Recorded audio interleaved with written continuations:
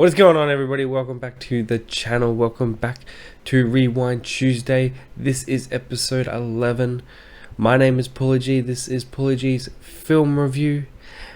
And for those who are unaware what Rewind Tuesday is, it is where I let these two beautiful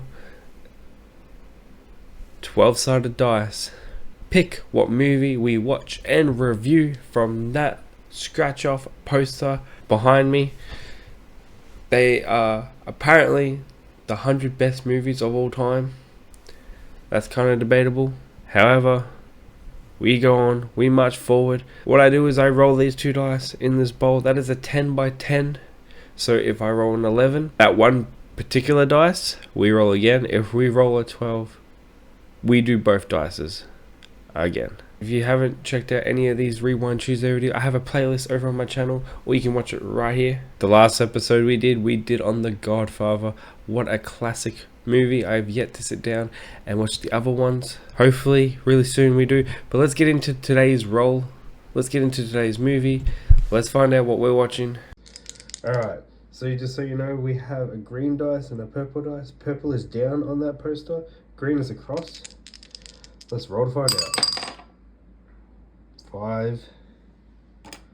Lucky that landed on 11.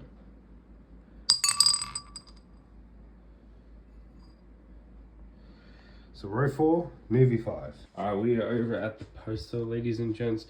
We are watching movie 5, row 4. 1, 2, 3, 4. 1, 2, 3, 4, 5. We are watching Get Out by Jordan Peele. Alright, everybody, as you saw, we rolled Get Out, a horror movie, a psychological horror film, released in 2017. You want to follow along, you can go watch it over on Binge, YouTube, Apple TV, and Amazon Prime. And if you're in Australia, it's also on Foxtel. I have been wanting to see this film for a very, very long time. I'm super excited to watch it, so let's get right into it and waste no more time. I'll be right back. I'm gonna go watch the film and we'll be back with a review. Stay tuned. A few moments later. So after watching this film, I have learned something. I've learned to never trust any white rich people ever again, because they might just kidnap me. Oh, I'll be fine, but still, boy, was this movie fun. Did you watch it? Start off this film in a very normal neighborhood. This was inspired by John Carpenter's Halloween, the original 1978 film, which the director, Jordan Peele, described as a perfect white neighborhood. But it becomes very unnormal very quickly, because we see a young black man walking down the street and a car following him. And before you know it, there's somebody in a night helmet running up and attacking him, and I believe killing him. And that's our opening scene, and we go straight into a title card from there, and then we meet our main character, this fella. His name is Chris Washington, and he's played by Daniel Kaluuya, and he, by far, is the star of this whole film. He's our main character after all, but his acting in this was on point. He looked nervous. He looked uncomfortable. He just oozed this character. We follow his girlfriend, whose Rose Armitage is played by Allison Williams. We follow these two as we're going over to Rose's family's home for the weekend. We follow Chris meeting Rose's family at a weekend away at their family home. And as soon as we get to the family home, we notice straight away that our thins are off. There is two African American people there, as one is the lady is a maid and the man is a groundskeeper, and that's all they are for us for now. But sooner or later we realize the same's not right. We find out that the mum can hypnotize, and everything goes to shit real quick. We come to find out later on. We get into a spoiler part, so if you haven't seen it, skip ahead about 2 minutes or so. But we find out that the white family, the Armitage family, hosts weekends where Rose brings over her current partner, and they meet him, meet her, meet Chris, and they all bet on who is going to inhabit his body. I said inhabit his body. That's right. Because they've come up with a hypnotist therapy session where they entrap his soul deep into his conscience, and they transfer somehow the soul or something. That's how I took it, because we come to find out that the two black slave and groundskeeper is actually the grandma and grandpa of the Armitage family, the people who started this whole crazy game that they're playing. This whole film was shot in 23 days, which I find astounding. 23 days to film this entire film. It premiered at Sundance Festival on January the 23rd in 2017, and then it later on February the 24th of the same year, had its theater release nationwide in the United States. It was distributed by Universal Pictures, and the film received critical acclaim for its screenwriting, directing, acting, and social consequences. And it was a major commercial success, grossing $255 million on a $4.5 million budget, netting a profit of $124.3 million.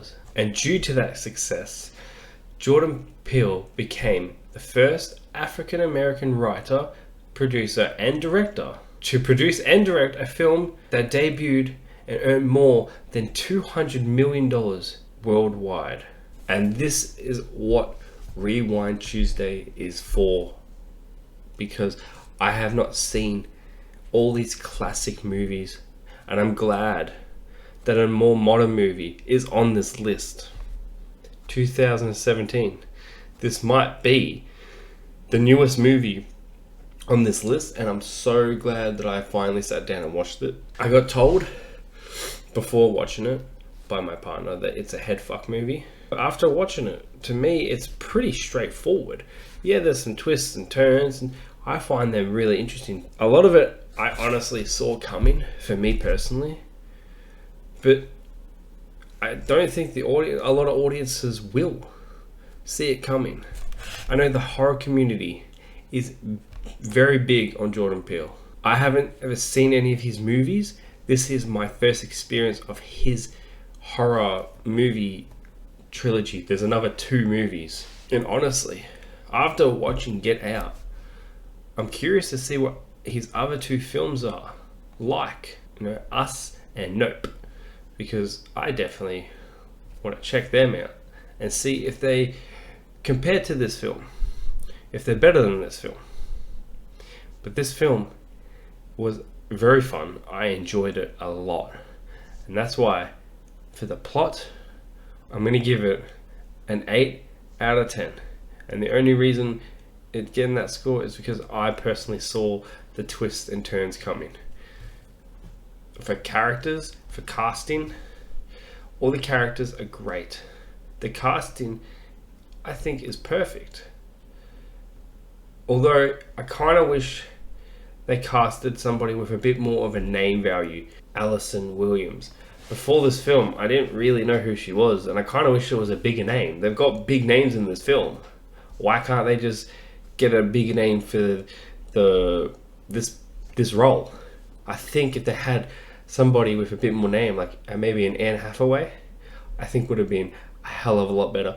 So for casting, I'm going to give it a 7 out of 10. For cinematography, I thought the cinematography was perfect. I liked the feeling of this secluded home on this big property surrounded by forests. I liked the hypnotistic stuff when we were falling into his conscience and seeing it through a TV. I like the basement look. I like all of it. So cinematography, I'm going to give good to great 8.5 out of 10. For entertainment, I was very entertained in this film. Again, I like horror movies, so this is up my alley. Personally, wish there was more scares in this film.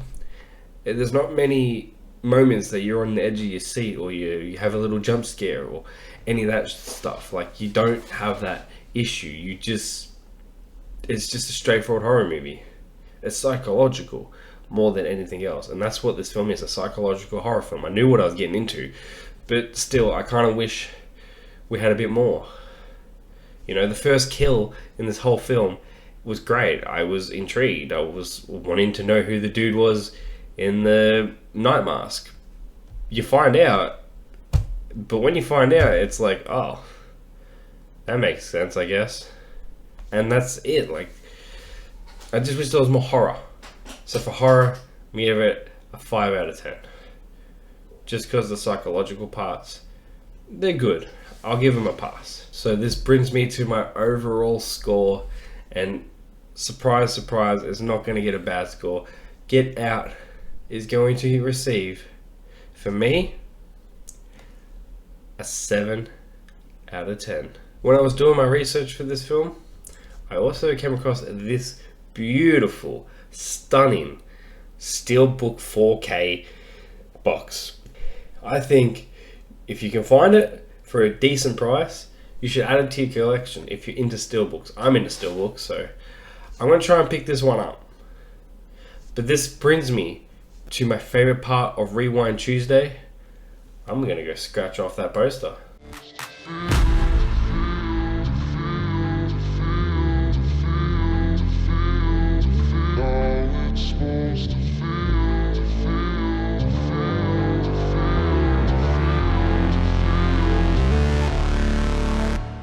Guys, I want to thank you so much for sticking with me and watching this whole video. If you made it to this point, please consider hitting that like button. Please consider hitting that subscribe button. It means the world to me. It will make my day a little bit better, because hopefully I made your day a little bit better. Also, go check me out on all social medias. The links are down below. Over on my Instagram, I'm adding every single movie and TV show with a rating over on a highlight on my page. So stick around, follow me on that. I'm very active on all social media, so whatever social media you decide to follow me on, I will be active on there. If you haven't seen the rest of this particular playlist, the Rewind Tuesdays, I have done 10 of these films. You can check out right here. There is a playlist. Make sure you come on back, because next week we will be doing Rewind Tuesday, episode 12. But until then, guys, be well, stay safe, have yourself a beautiful week, and I'll catch you guys really soon. Did somebody say bingo?